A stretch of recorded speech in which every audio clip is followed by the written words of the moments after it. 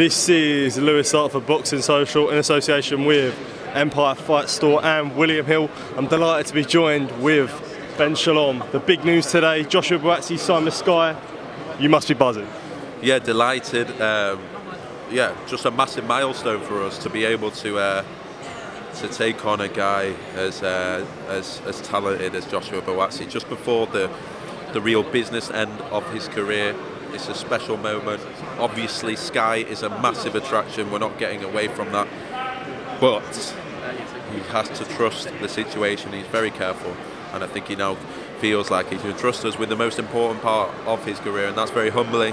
I know he wants the biggest fight straight away, despite what anything is said. And just can't believe that we're able to get going and so quickly. We're going to get him out in 6 weeks. Absolutely. Yeah. How important is it for you? Is like you think about when you first signed with Sky, when boxers sort of first came on the scene. You said if someone had said to you last year if you would have been signing Joshua Buatsi, does it show how much your roster's grown like as this year's gone by?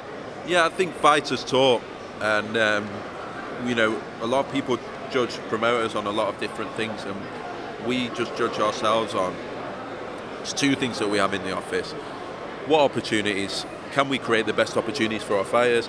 Can we get them seen by the most amount of people? And we've had to take our time. Fighters haven't wanted to make a leap of faith straight away. We're an unknown entity at this level of the sport, and it's taken us time. So it's a huge milestone for us to have someone of his caliber with his attention to detail that wants to achieve greatness and wants to win world titles.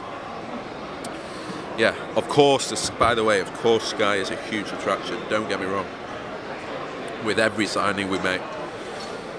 But it's one that we're very, very proud to make, and extremely happy, and really happy for him because I just see him smiling. He feels like the shackles are off.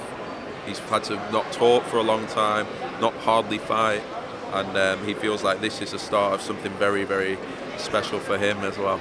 Absolutely. Talk to me about someone like Buatsi. He said there about him giving back to the people in Ghana. Not only as a boxer, he's a very good boxer, but as a person as well. It must be special promoting someone like him who's such a who could be potentially a mainstream star. Yeah, and think that's the thing. He's got a powerful message, and he doesn't think it's perhaps ever been told. I think people are seeing him as this quiet guy who now, according to the narrative, doesn't want to fight anyone and doesn't come out of his shell and doesn't fight enough. He wants to do all those things, and that's why he's made the choice. He wants to be a star, he wants to have his message heard, and he wants the big fights, and I think this is, for me, the perfect place to do it. And yes, delighted that he's chosen, because he had 5 or 6 offers from all around the world, and a lot bigger money, 100% a lot bigger money, and he's decided that this is the right thing for him, and he feels like he's making up for lost time. He's raring to get going. Absolutely. Talk about fighters: Liam Smith, Lawrence Okoli, Chris Smith. I could list off loads. People that sort of made the jump from DAZN and Matchroom over to Sky and Boxer. What do you think it is about you as a promoter and boxer and Sky that makes it such more an attractive proposition as opposed to your opponents? Look, I think Sky is the foundation. After that, you have to be able to make sure you can deliver the big nights and the big fights and the big journeys. And all those names you mentioned, they've made the leap of faith and it's come off for them. And I think they were told before they did it, be careful, it's not going to work out well, they don't know what they're doing, you're not going to get paid, you're not going to get this, you're not going to get that. And when you do it to everyone, and you have to prove yourself, I'm not complaining in the sense like this is life. And we've had to do it from every fighter, from the very bottom to the very top. And we feel that any fighters that sign a proper deal with us, we've delivered. And I think that's what given Buatsi confidence now, because fighters talk, and fighters know what's what.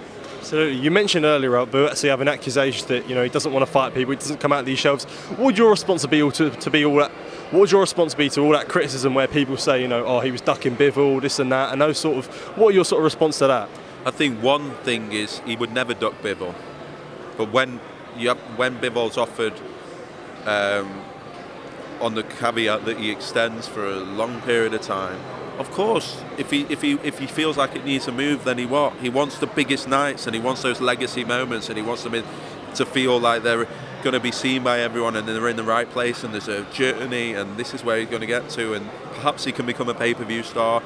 Just like Carl Froch did when no one really knew him, but he was extremely talented, came onto the Sky platform, took him a few fights to get the recognition, big fights to get the recognition he deserved. And so, look, he is. I said to him, be ready, because you're going to get a PR narrative driven at you that is sometimes he's greedy, or he's got the wrong people around him, or he doesn't want to fight anyone. Loads of anything. And he said, no, I'm always respectful. I've never done anything. I said, Josh, believe me, it will happen. And obviously it hasn't. I don't want to get involved in that. I would never go at a fighter.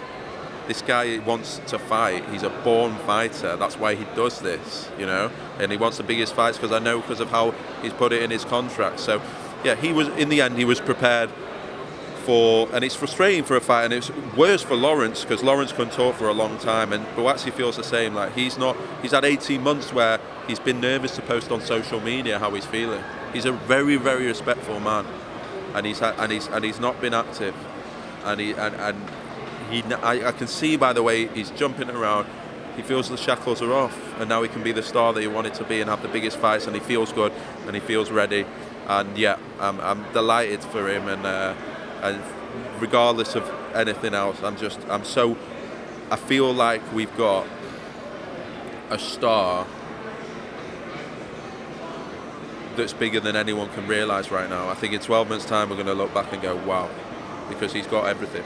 Absolutely, you talked about him moving on and sort of getting out of his shell now. He hasn't fought since he fought Craig Richards in May. A big thing in boxing is keeping active, and how important is it to keep Joshua active? He's fighting in May again, but then there's obviously the Aziz fight there that's looming. How important is it you now as a promoter, you're going to keep shifting him out as much as you can? Yeah, just to be clear, I've never mentioned the Aziz fight. It's not even on my radar. I think it was other people saying that he was going to fight Aziz. He's going to fight in 6 weeks' time. Because when we just signed, we said, look, let's get on with it. You've been out the bloody ring for a year. 6 weeks, let's go. Then we're into the biggest possible fights we can possibly get. Whether that's world title, whether that's mandatories, everything. Luckily for him, and luckily for Dan Aziz and all the light heavyweights, there's some huge domestic nights and fights and the world level stuff. They've got so many options, both of them. And it's exciting, and that's what he's looking forward to. He wants the big nights, and they're gonna come thick and fast. Absolutely, you look at sort of the light heavyweight division. You've got Richards, you've got Yard, you've got Buatsi, you've got Smith, you've got Aziz as well. He's now starting to get in that conversation. There's potential to be so many good fights made. Are you always willing to sort of work with other promoters? Obviously Frank Warren's got Yard, and there's a few in Matchroom and stuff like that. Are you always willing to sort of, we want to see these domestic dust ups, so why don't you just deliver it to them? 100%. We're never going to be the ones standing in the way. We want the biggest fights possible. I think they're all going to happen. I really do. I think the cruiserweight division this year is going to be another level, and you're going to see the biggest fights that we all want to see. And then I think the light heavyweight division now is going to be special. And Craig Richards in that conversation, and Lyndon Arthur too. It's good. Absolutely. Just to finish off, how far away are we from a Smith Eubank Jr. rematch announcement, and is there any sort of location decided for that? Announce the date next week. Ben, thank you for your time, mate. Really appreciate it. Thank you. Cheers.